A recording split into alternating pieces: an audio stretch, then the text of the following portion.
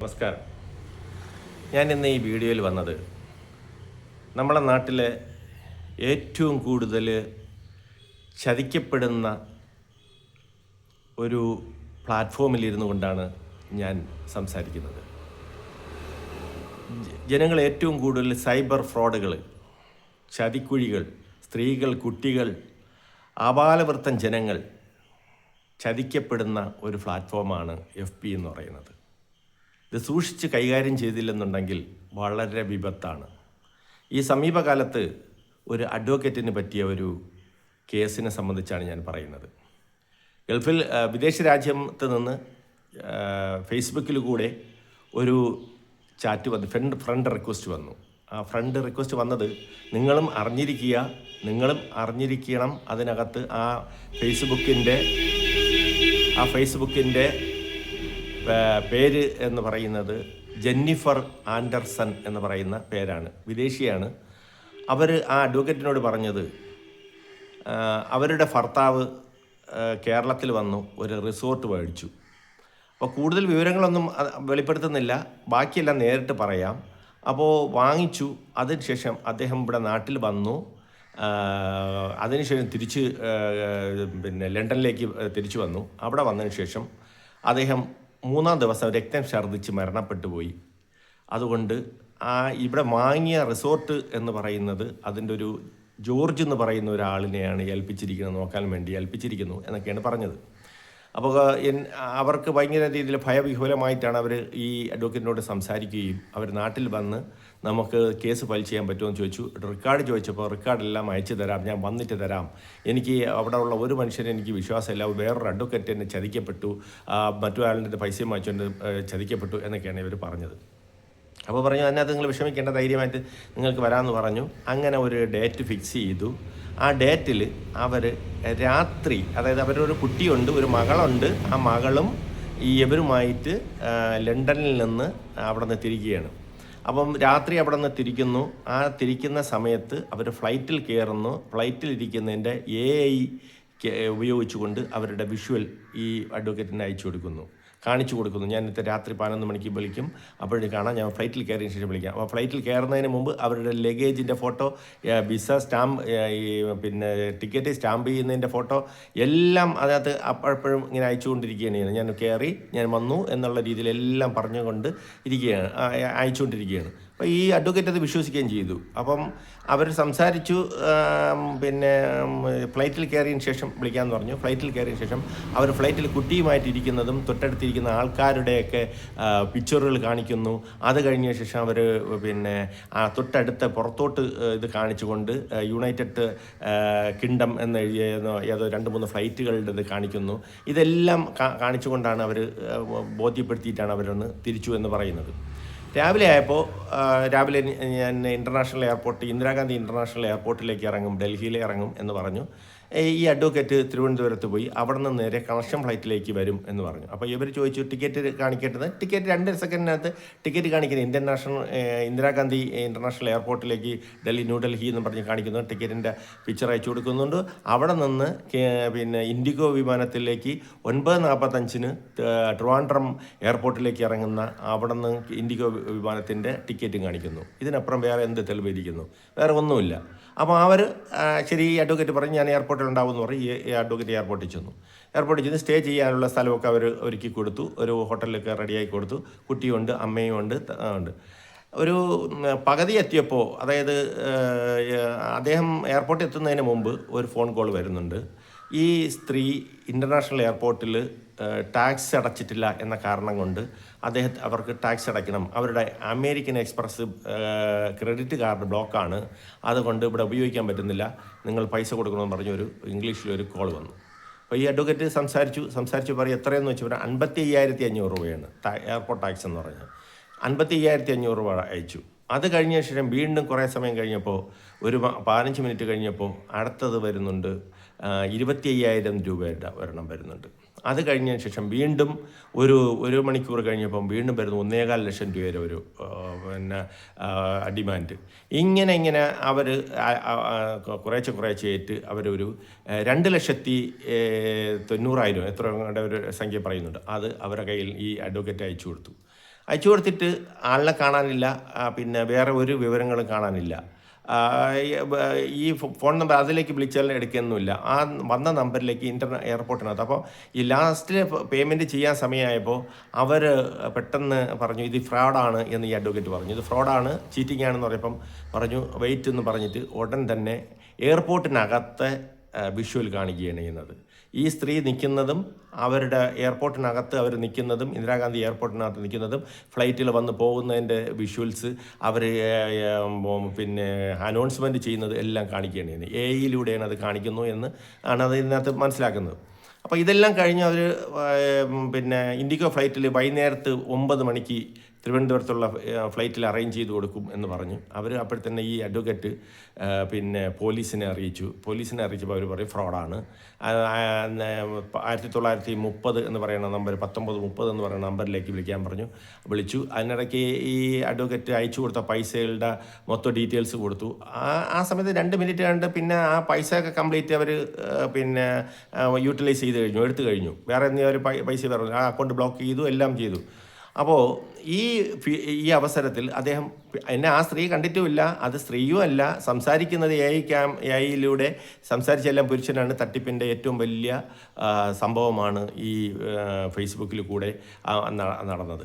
ഇതുപോലെയുള്ള ലക്ഷക്കണക്കിന് കോടിക്കണക്കിന് രൂപയുടെ പിന്നെ സൈബർ ഫ്രോഡുകളാണ് ദിനം പ്രതി നടന്നുകൊണ്ടിരിക്കുന്നത്.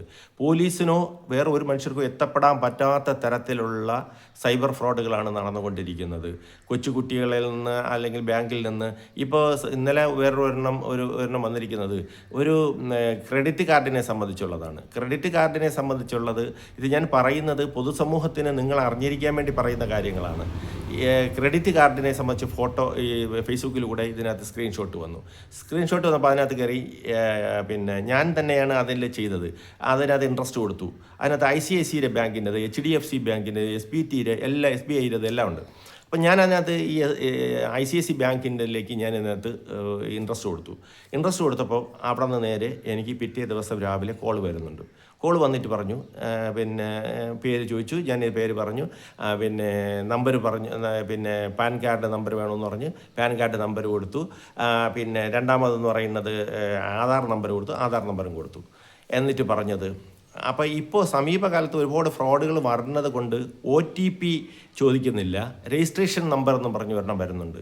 ആ രജിസ്ട്രേഷൻ നമ്പർ ഞാൻ ഇതിലേക്ക് അയച്ചിട്ടുണ്ട്. ഇംഗ്ലീഷിലാണ് സംസാരിക്കുന്നത്. OTP രജിസ്ട്രേഷൻ നമ്പർ വാട്സപ്പിലേക്ക് അയച്ചിട്ടുണ്ട്. അതിൽ നിന്ന് അത് പറഞ്ഞു തരാൻ പറഞ്ഞു. അപ്പം ഞാനത് എടുത്തിട്ട് നോക്കിയപ്പോൾ അതിനകത്ത് ഞാൻ പറഞ്ഞു കൊടുത്തില്ല. വെയിറ്റ് ചെയ്തപ്പം ഞാൻ പറഞ്ഞ് പിന്നെ രജിസ്ട്രേഷൻ നമ്പർ എനിക്ക് ഫൈൻഡ് ഔട്ട് ചെയ്യാൻ പറ്റുന്നില്ല എന്ന് പറഞ്ഞു. അപ്പോൾ ഉടനെ അവർ പറഞ്ഞു ഞാൻ സ്ക്രീൻഷോട്ട് അയച്ചു തരാമെന്ന് പറഞ്ഞു. ഒരു സ്ക്രീൻഷോട്ട് അയച്ചു. ആ സ്ക്രീൻഷോട്ടിനകത്ത് 3 ഡോട്ടുകളുണ്ടെന്ന് പറഞ്ഞു, 3 കുത്തുകളുണ്ടെന്ന് പറഞ്ഞു. ആ കുത്തിൽ ഒരെണ്ണത്തിൽ മധ്യത്തുള്ള ഒരു കുത്തിൽ ആ സ്പോട്ടിൽ ഒരെണ്ണം പ്രസ് ചെയ്യാൻ പറഞ്ഞു.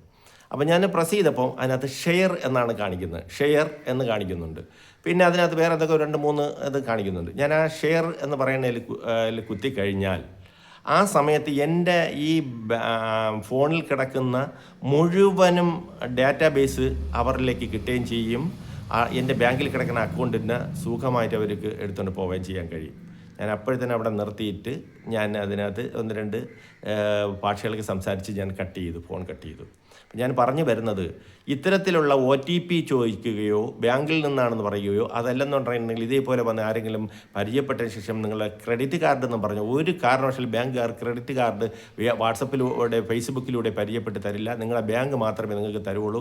അത് മനസ്സിലാക്കിക്കൊണ്ട് വേണം പ്രവർത്തിക്കാനുള്ളത്. അതിനകത്ത് വരുന്നതെന്ന് പറഞ്ഞാൽ ഇപ്പോൾ OTP ചോദിച്ചാൽ എല്ലാവർക്കും ബാങ്കുകാർ അലർട്ട് കൊടുക്കുന്നത് OTP നമ്പർ പറഞ്ഞു കൊടുക്കരുത് എന്ന് പറഞ്ഞു കൊടുക്കുന്നത്. ഇപ്പോൾ ചോദിക്കുന്ന ഒന്നെന്ന് പറയുന്നത് രജിസ്ട്രേഷൻ നമ്പർ എന്നാണ് പറയുന്നത്. രജിസ്ട്രേഷൻ നമ്പർ എന്ന് പറയുമ്പോൾ നമ്മൾ പറഞ്ഞു കൊടുക്കും.